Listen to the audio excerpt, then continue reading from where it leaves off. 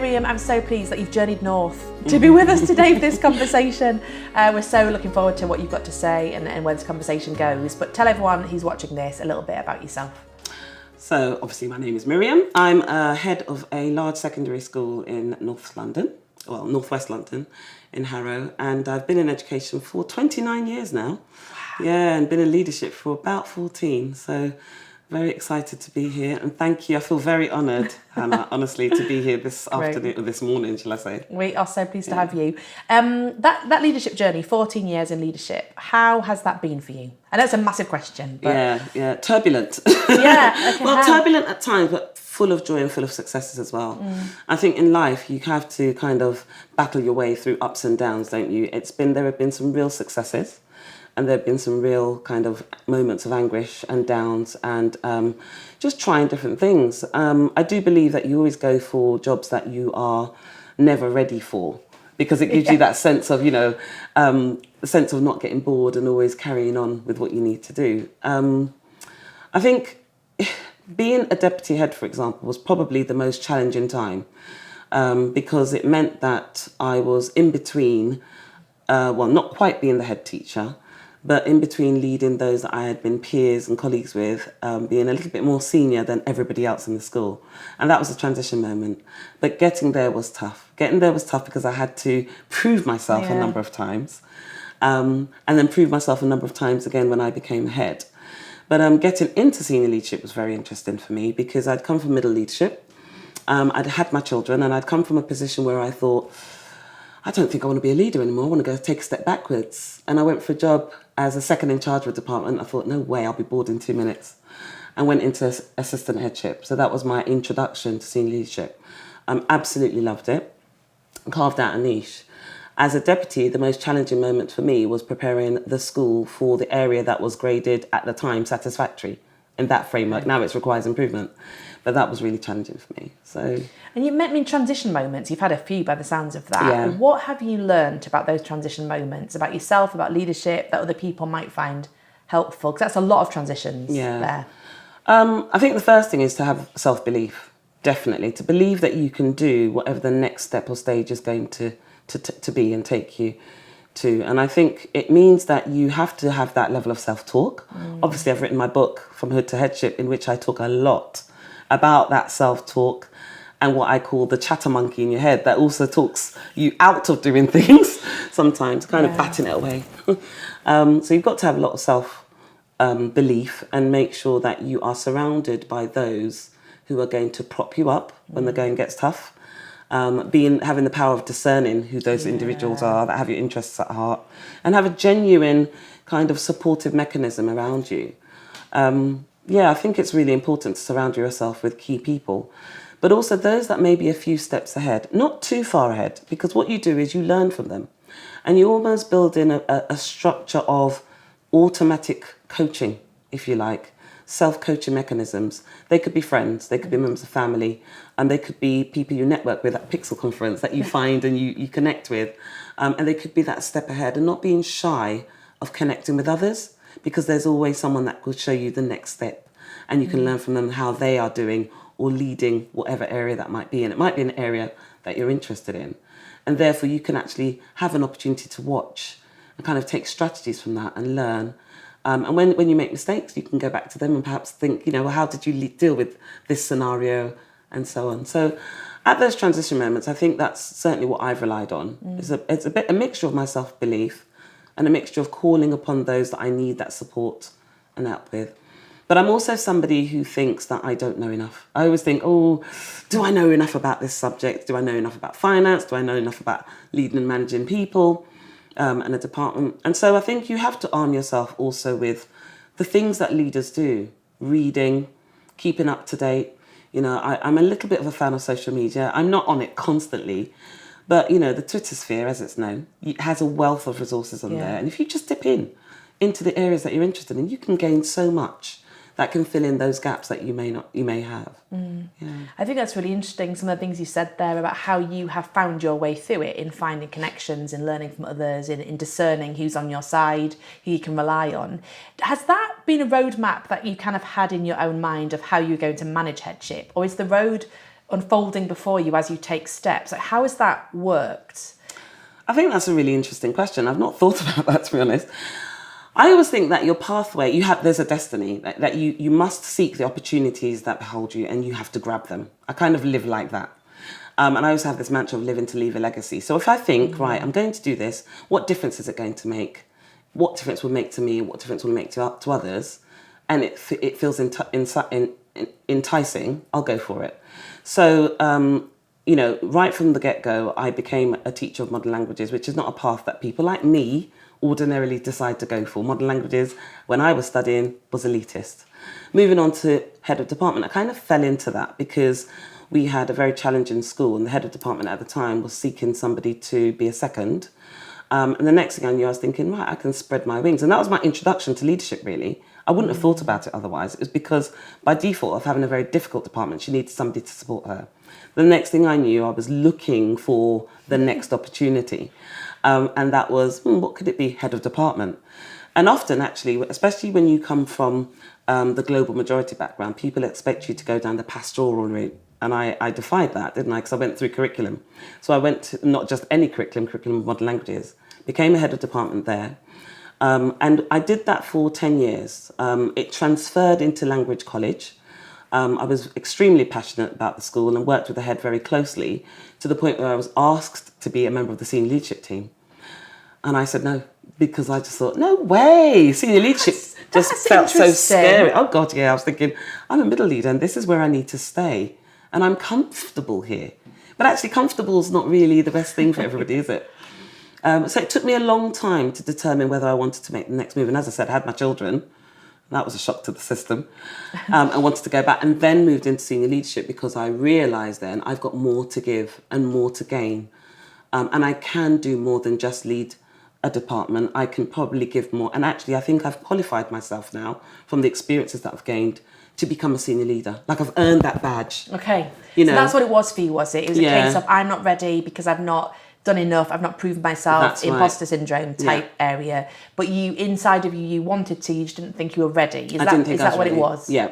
Even though I'd had signs and symbols and outwardly spoken messages of you are ready for it. Yeah. In my mind, no, not yet. So because I want to do a good how did you job. get over that then? How did you go, what did it look like to go from, I want to but I'm not ready, to I'm ready? Or is it not as clear cut as that? Do you never feel ready? I don't think you ever feel ready. I've been reading a book called Atomic Habits. Amazing book. James Cleary. I love his quotes. I've even subscribed to them in the week, so I read his quotes at the weekend. But one of the things he talks about is going for, you always, people don't get bored because they do things beyond their ability. And research has shown that if you work 4% beyond your ability, you're always working towards something. You might get butterflies in your stomach, but it keeps you from boredom and it keeps you going. You like the challenge. And I think I like challenges. Yeah. So if I get a hint of, I'm getting a little bit bored, it's getting a bit monotonous here, I start searching for what I can do. So much so, my husband says I've got undiagnosed ADHD because I'm always doing something else. Like something new. Something new, but also outside of teaching as well. Yeah. Just to keep the old cogs going. Yeah. So I think it's a bit of pushing yourself to say, let's see what I can do, and dipping your toe in. And that's exactly what I did before headship. I dipped my toe in to see, and I used the feedback to determine, am I really ready? And that feedback encouraged me to say, yes, go for it. So it's a little bit of a push. Yeah. I don't know if you've heard of that little poem, Come to the Edge. Yes. Yeah. And the third line is come to the edge. No, we can't do it. The first line, but no, we can't do it. We're too scared. Come to the edge. No, we won't do it. We might fall. Come to the edge. And they came and they went to the edge and they flew. And they flew. Right. That's the key thing. It's and a they little flew. bit about that, yeah. Yeah. So you went to the edge. I did. You got given the job. You were appointed head teacher. So what does flying look like? Oh, I don't know if I'm flying yet, Rachel. I want to soar. Yeah. I'm definitely not there yet. I consider myself a baby in headship. That's what I call myself. So I think I'm not flying. I would say that I am preparing to fly. Yeah? Yeah, that's I'm preparing to fly. And I'm skilling up a few people to take with me along the way. Yeah. Right? So that includes my entire staff, where there is potential and where those are willing. And they're willing to stick with me on this journey. I love my school and I've made it very clear I'm not going anywhere very soon. Yeah. I want to be there for the long run and I want to see change. Yeah. For the better. Yeah. And so, if you're sticking with me, we're on this journey together, we will get there. And we're moving. We're moving, yeah. So that might look like helping others to become leaders. maybe seeking out and creating opportunities, which I have done in my leadership team. So I'm not flying yet, but I'm preparing. And it's certainly not saying I am the be all and end all of the school. It's a team effort to get our children to where they need to be and just be recognised as a school led very well by a head who is passionate and deeply, concerned with ensuring that every child's life chances will be at the best when they leave that school. Yeah, it's a hugely important and impressive thing to stand for, isn't it? Yeah. To want to do that across the whole school. Yeah. And the pandemic, you mentioned that about coming into post in the pandemic. Pandemic heads like yourself often say to us one of the things they've struggled with is that they don't know what it was like before the pandemic. Yeah. And you only had 3 months. Yeah. So you don't know what normal is. And that many of them say they still feel now like they're in crisis mode all of the time, like waiting for the next thing they've got to respond to. How have you felt that?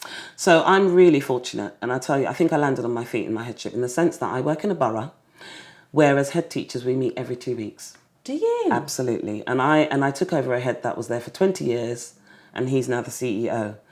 Very fortunate there because I know that relationship isn't always fortuitous for some new heads. Yeah. And I get on very well. So I just drain them of their knowledge and their expertise every time. But what the message that kept coming through on the other side of that was, oh, it's not like normal headship. It's not like normal headship. And actually, if you listen to that enough, you begin to think, oh, I'm really struggling. I'm coping. It's really hard. It's different.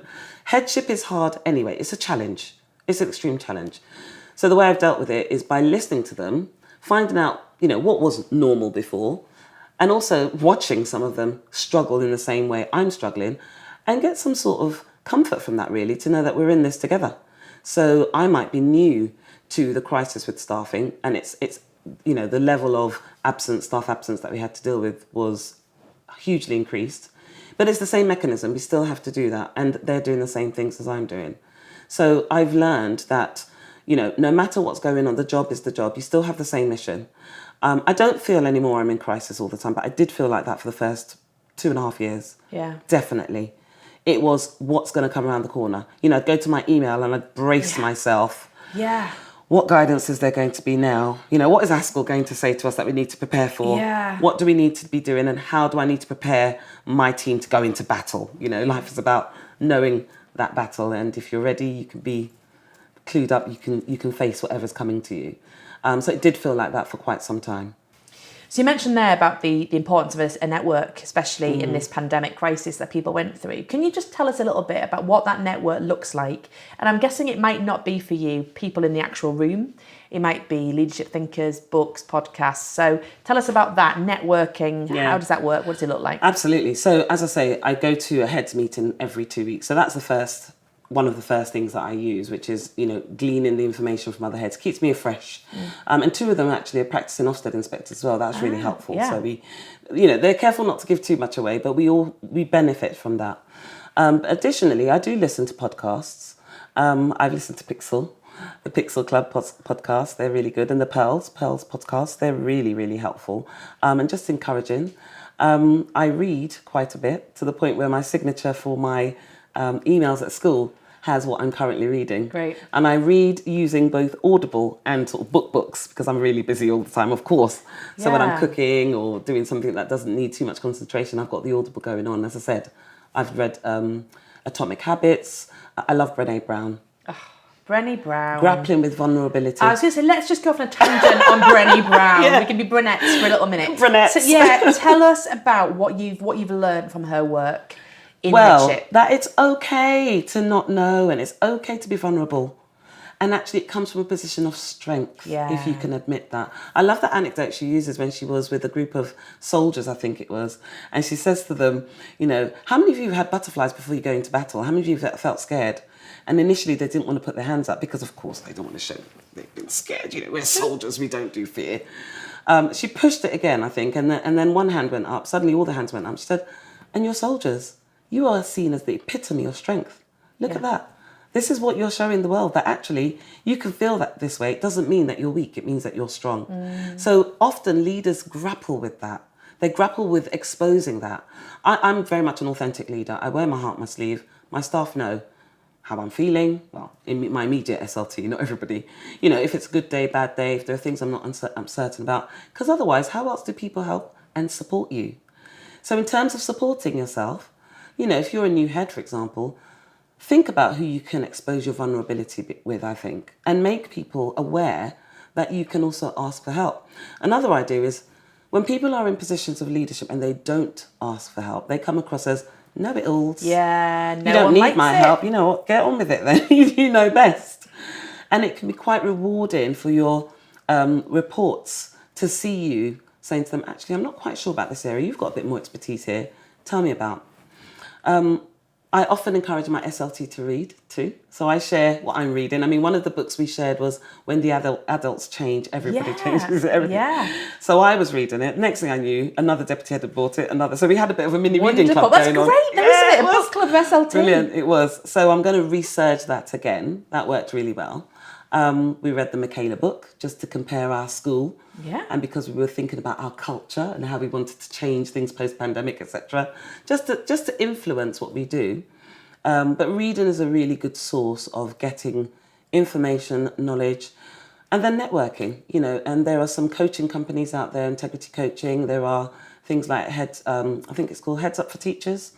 Lots of different organisations out there that are there to help not just head teachers, but leaders in their roles and positions. So important, isn't it? I want to ask you a little bit about that. You mentioned coaching there. Do you or have you had coaching? Do you have supervision?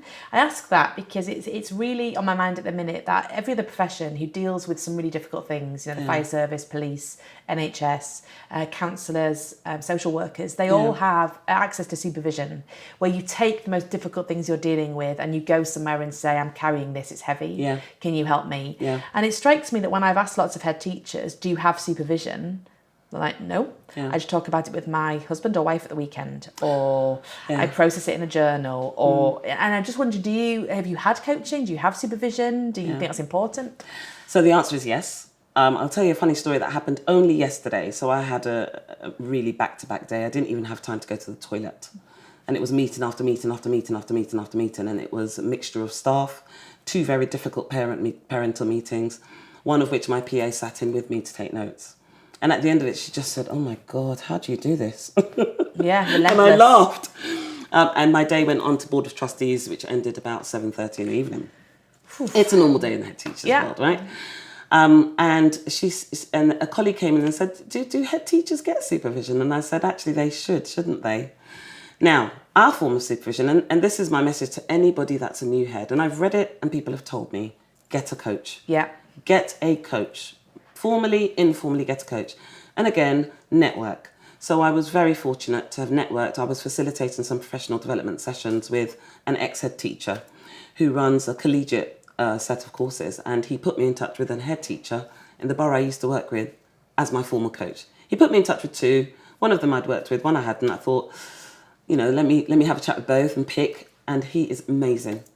I can pick up the phone and say, I need help with this. Yeah. And there's no airs and graces. We don't need to have, oh, hello, No, how are you doing? spending time? No. We both get it. We're busy people. I need an answer to this. Yeah. Quick. And there we go.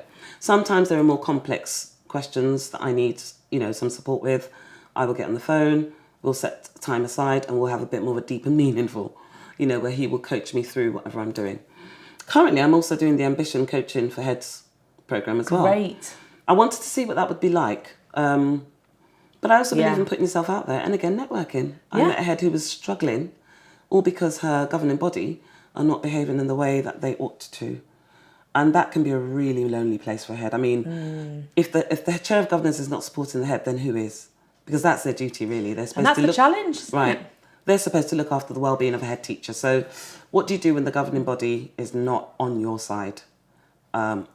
That stumped me. And who is helping with this kind of stuff? So if you're in the situation where you have no one, the person you are being answerable to, the chair of the governors, is not understanding it, not asking how you are, not looking after your own process and time, where do people go with that? Well, that was a big question we had, because the line of accountability should sort of ultimately end with the chair of governors. Yeah. But I guess you'd go to your union.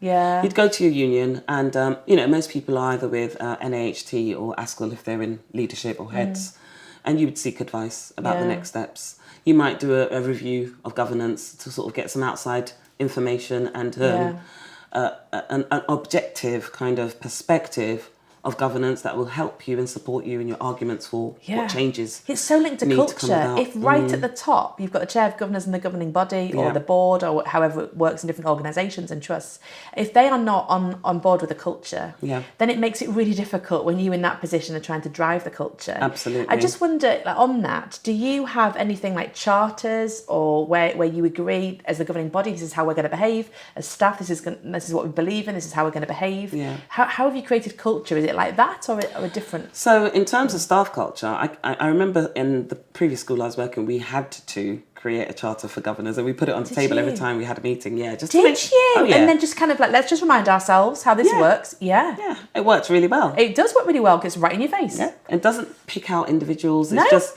do you remember what we're doing here and why we're here and what the purpose is and how everybody's going to behave? Good, let's move on. Brilliant. Just right at the beginning. All it takes 30 seconds at the beginning, and then you can refer back not to this person behaving badly, but we agreed. Yeah. Point number 5. Yeah. If you have a good chair of governors, they will be very effective at sort of, in a way, strategically helping you instill the culture you want in the school right from the very top. Yeah. The behaviours of the governors, you know, when they're on visits, when they're liaising with your leaders, when they're liaising with other staff, filtering right down, you know, to the cleaner, whoever it is, a culture of respect, a culture of understanding. I say to my staff, we are of service to our children. Yes. And there's a mantra I use with them, which is, I am part of every child's success. Whatever I do is of value and importance. And I reiterate that, and I reiterate that, and I reiterate that. With the staff, I want them to embody that so that they recognise that whatever their role is in the school, they are helping those children to move on.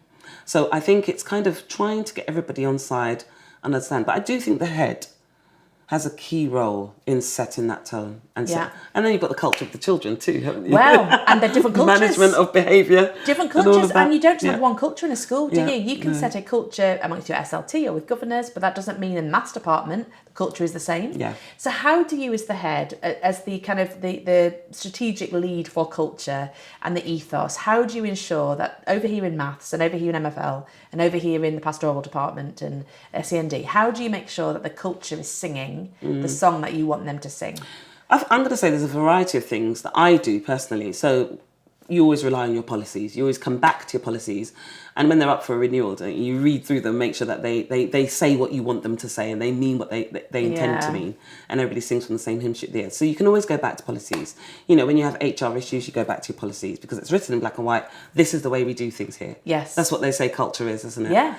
But if you have a strategy, I know in my book I've written that quote about culture eats strategy for breakfast. Yeah. If you have a strategy and you want to put things in place, if everybody isn't on side and you haven't built that culture, it will just fall to bits. Yeah.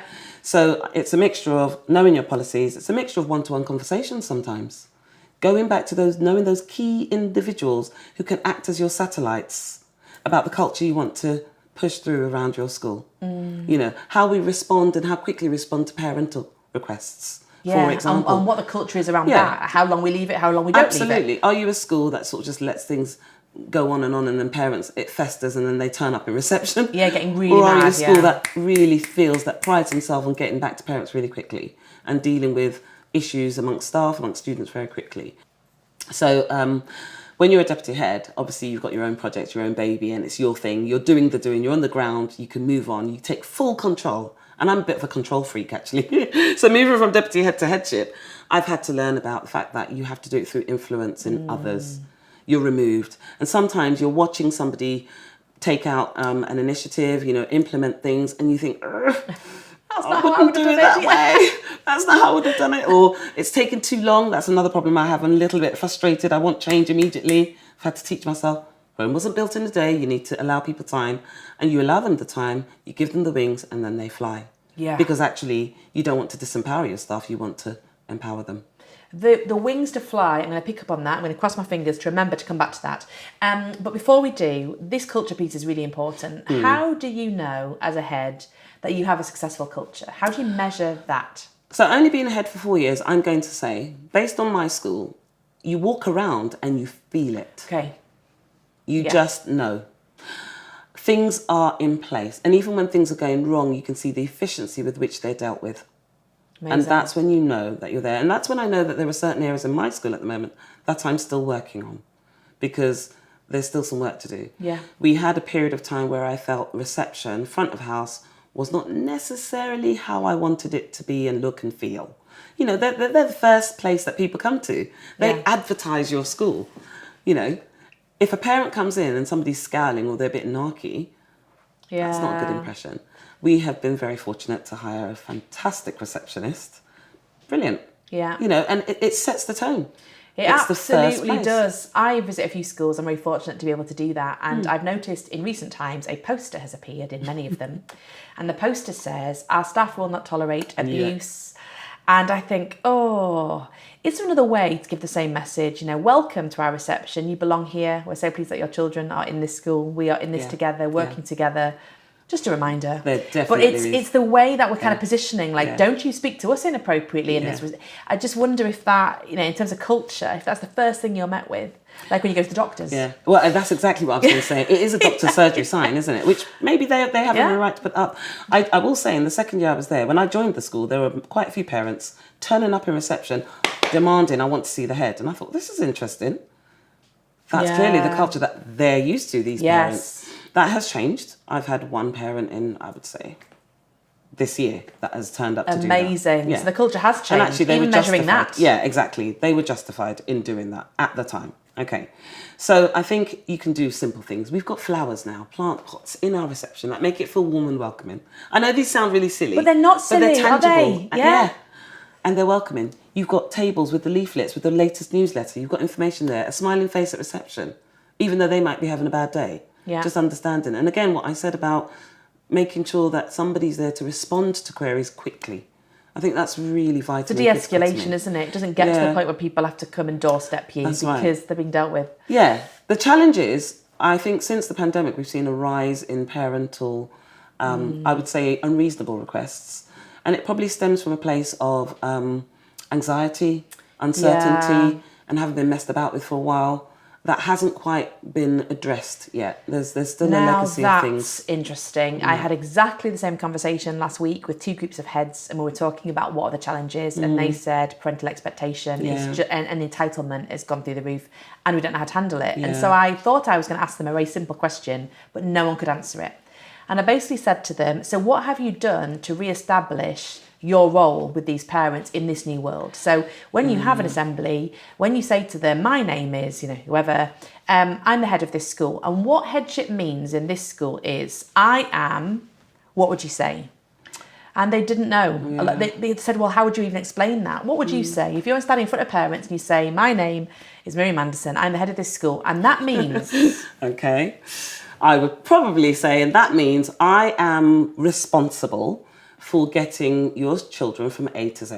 And in this school, what A to Z looks like is getting the best outcomes from them from wherever they've come from, their starting points. That's it. But I also talk about educating the whole child. Yes. Because I don't believe it's just about the book and pen and the grades. It's also about their character. Absolutely right. I want your children to stand up against their peers in this world and say, I'm just as good as you and I'm going to go for that job too. And you are guardian of all of that, making sure that happens in the whole of your school with every single child consistently over time, so you can measure success. That to me is what people should say in those assemblies. Not, you know, if you've got a complaint, you come to me. You know, many of them said we don't even say what we do. Really? We don't. We say my name is here. I'm the head, and then move into induction or transition or the behaviour policy. Or if you've got a complaint, or on the first day they'll need to wear this uniform. But I'll tell you what I do say, and I pride myself in this. So every year when we have the open evening, I say to them, don't get it twisted. I will chase you and I will challenge you if you're not at your child's events. You play a critical role in your child's education. In fact, research has shown parental engagement is a factor that needs to be considered in how well your child will succeed. And I do that because my school at the moment, we're struggling with parental engagement, particularly since the pandemic seems to have dropped off a bit. And I think sometimes also if they've been to a few events with other siblings, they think, we can miss that one. Yeah. But I try to do that every time I speak to the new parents, because I'm trying to change that culture and trying to make them feel a little bit accountable as well. But to put something onto them too, to say, you also need to work with us to do it. It's not just about the school. It's and I think heads shouldn't shy away from having that tone with some families if it's necessary. If you have a cohort of parents that are fully engaged, fair enough. Yeah, it's working out what you need to do to Yeah. get the culture. Again, because it's parental culture as well, isn't it? If they're clashing cultures. That's right. I want to go back, I've got my fingers crossed to remember. I want to go back to what you said about giving people the wings to fly. Yeah. You have found your wings. You are very humbly saying, I'm not yet flying. Sounds to me like you are. But how do you help people when you're ahead now and you're talking about growing capacity and potential? How do you help people who say, I can't come to the edge because I haven't got any wings? And if you push me to the edge and I decide to jump, it's not going to be pretty. I don't know what to do. How do we give people wings? Yeah. I mean, some of the things I've gotten myself involved in, as I said, I deliver professional development sessions because I love that kind of thing. I love learning, and I think learning's for life. So as you are preparing and doing your own research, you're gaining additional skills, you're finding out more information, it might be current, and you're bringing that into what you're doing. So I always try to be part of, in Harrow we have this collegiate, and try to be part of the programs that are facilitating those sessions. I'm also leading the MPQSL, and I've asked my deputy head for teaching and learning to deliver the MPQLT? So she's also in that mode of helping others. And we do that to encourage both our staff and other staff to think about those areas that they haven't dipped their toes into yet and what that might look like for them, and not be too afraid. I think fear is a very crippling emotion, isn't it? Oh my goodness, yeah. Yeah. Paralyzes. It does paralyze people. And sometimes, I have this mantra, you cannot be what you haven't seen. You cannot be what you cannot see. And if you can't see yourself there, for example, you have to be able to have that space to visualize yourself doing and feeling and being the next stage if that's what you're going for. Yeah. And is that why you those wrote your book? Yeah. Is it? Yeah. I wondered. So what was your hope in writing the book? I would say, because you'll see in the book I say, why me? Yeah. Who's going to read about me? Who am I? But I guess I am an individual. I'm a black woman from London who, based on my humble beginnings, probably traditionally would not have ended up being a head teacher of a secondary school. And it could inspire somebody else. Some stories just inspire others. It doesn't matter who you are. When people are asked who inspires you, some people say their grandfathers or their mothers. They don't necessarily say, I don't know, Will Smith or a famous superstar. So I felt as though, I've got a duty to just share my journey. And a duty to share my journey because at the moment, especially now, leadership is not looking very pretty. It's looking very challenging, very hard work, but there are skills and there are things that people can do to make it lucrative, to make it attractive, and to make it really rewarding, because it's extremely rewarding. Yeah. Yeah. And are you beginning to see those conversations happening? Are people beginning to find their way to you?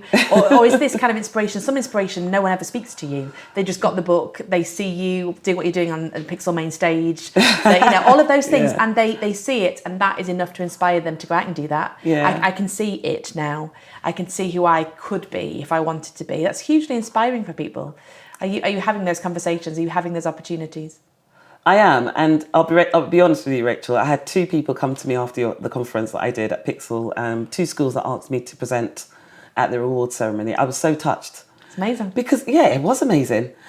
I'll tell you the experience I had. It was a school in Birmingham, and one of the assistant heads said, I've got to bring you this student. I've just got to bring you this student. And she had her book.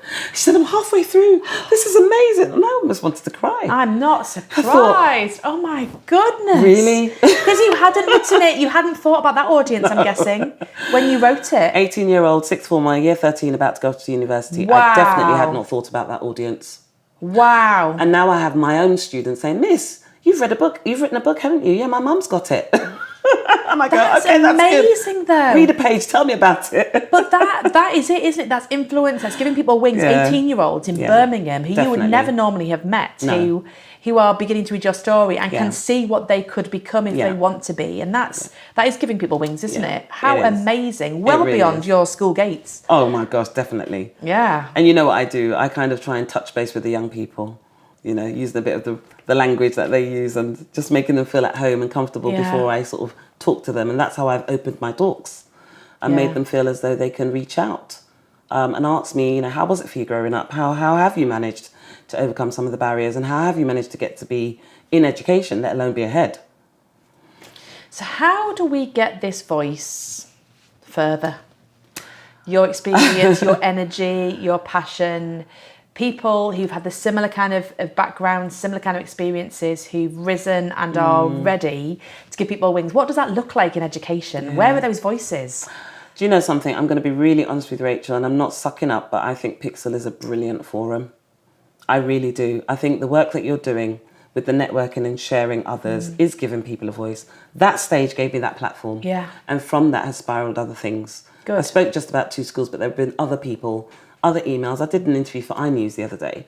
You know, there have been other people that have been curious at least and have wanted to know more about being ahead in London, etc., etc. So there's that. There is that. And I think social media, following people on social media, knowing what they're doing, nosing around really, and networking. And, you know, social media took my school to a really good place. We've really developed that and helping the community see the good work that the school's doing. Yeah, it's a promotional tool, isn't it? To talk about culture again. Absolutely, absolutely, and turning things around. Amazing. Yeah. Love that. So we've talked a lot there about you being an influencer, which is what you are. I know it's a big title, but you are. And you're influencing other people, and you are blazing a trail, and you are allowing people that thing you said about, you know, you can't be it if you can't see it.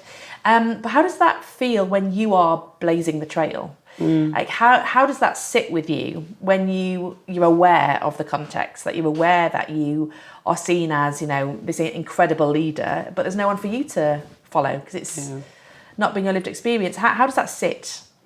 I love the fact that you use the word aware, because there is this awareness. You're constantly aware that you are this person, and I've kind of highlighted that by writing the book, right? Yeah. So I think it is interesting because you are there because you want to do something positive, and then you get a little bit of a shock when sometimes people that see you there don't always see it as a positive necessarily. Oh, that's right. quite interesting.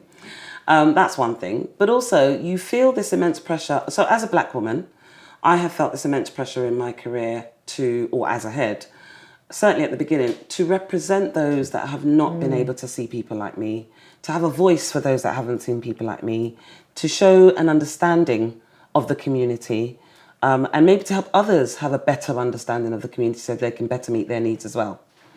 And really, I mean, you know, I talk in the book about one experience where a parent was saying, you know, this is supposed to be an inclusive school, and it felt like an attack on me personally, because I thought, had I been of a different ethnicity maybe, or a different type of person, would they have used those words? You know, my child's a black child and they need to be able to do this, this and this and this.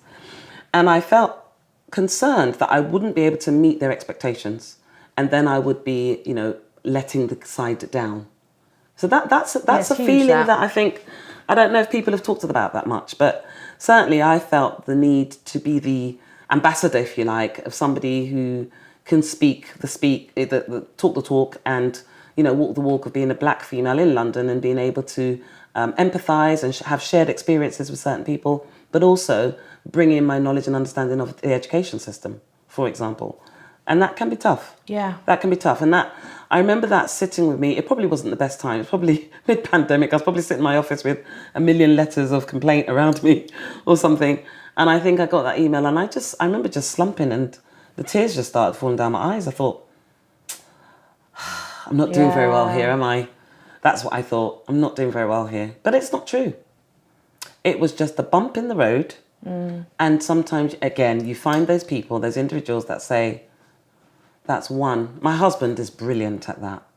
Yeah. I'll get a parent complaint from a member of the community in particular. And if it was somebody who I felt need to meet their needs, I should know better. I should know exactly how to do this, you know, say that to myself. And he'd say, how many children do you have in your school? And I'd say 1,200.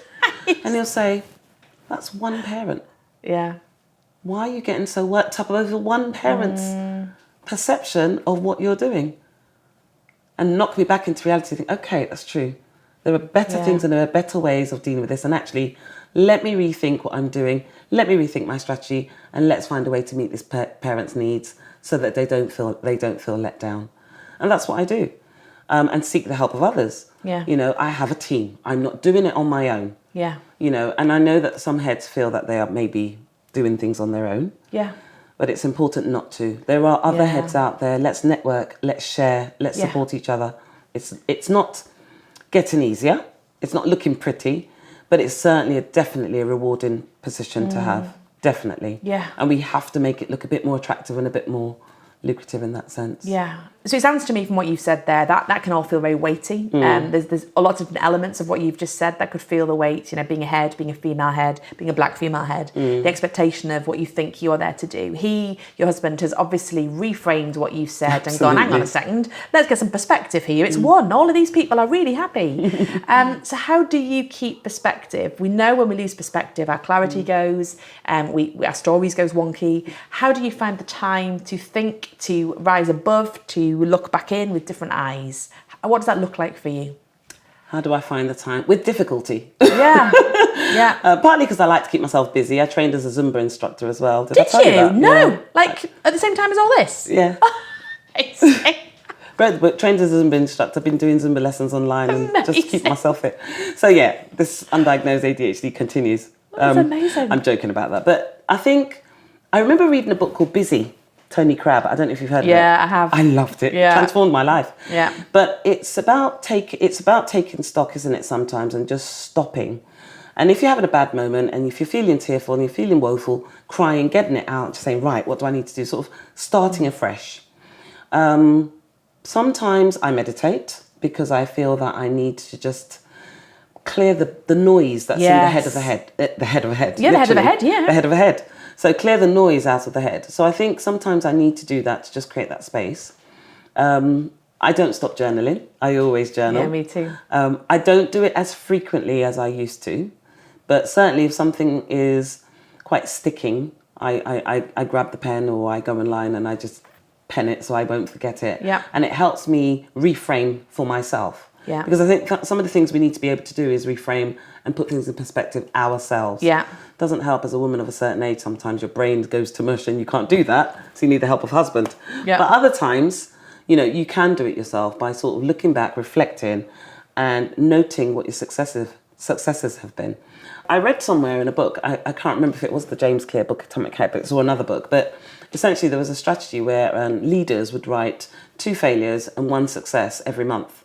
And they would do it immediately it happened, so you don't forget what's happened. But the point of that was to look back at those failures and look at the success and say, okay, and think through the process of how they'd overcome those failures or what they considered to be failures to help them keep above board and keep perspective of things. Life is a battle, isn't it? You go into it and you have to be ready to go forward and be armed and ready. And you do that by preparing yourself with all the strategies that we've talked about. Really important. And how do you do that with senior leaders? You've talked about you doing it for yourself. Crucially important, being ahead, keeping control of yourself, keeping control of your perspective. But how do you do that with your SLT? How do you give them time to think? Yeah, well, it's interesting because on the 6th of June, I've said to my SLT this year, we haven't done it before, given that 2 years was pandemic anyway, but for this year, we're going to go off-site. Amazing. It will make such a difference. It will make a difference. But what we did in the past, we navigated between sort of break and lunch duties, stayed on site, made sure somebody was there to be called at. I said, no, this year we are going off site and we're going to have thinking time to put into perspective where we've come from, our journey and what we're planning to do. And they sort of thought, well, what's going to happen? Who's going to lead the school? I said the middle leaders will give them an opportunity to step up. And how are the middle leaders responding? Brilliantly. Up for it. So my deputy head wrote an email and asked for volunteers, and we've got a full plethora of staff stepping up. We have 1 senior leader who will be leaving us, and he will be remaining on site. Yeah, so you've got somebody. Yeah. And that is the definition, isn't it, of giving people wings? Like, he wants to come to the edge. Yeah, absolutely. He wants to come to the edge on the 6th of June. On the 6th of June. And come to the edge. So they don't even realise they're being pushed to the edge, really. Yeah, one day. And they will step up. Honestly, my staff are brilliant. They will step up. And they'll love it. And they'll feel like they're doing something really worthy, because they are. They're allowing the leadership team to go off and think strategically. That's and right. the whole school will be better as a result. That's right. That is an investment worth making. I think so too. How brilliant to hear about that. And I'm sure we're going to hear all about how that went on the 6th of June. I hope you can come back to a meeting and tell us all. You're going to have amazing plans. I bet. But it's about being brave, isn't it? That is really important. And you're being Brené brave. Brown again. It is. It's saying we're in the arena, we're going to get in it together, we're going to get off site, and we're going to start thinking properly and strategically and not be distracted by all of this noise. We're going to be focused, and I'm sure you'll reap the benefits of that for months, if not years. I hope so. I hope so exciting.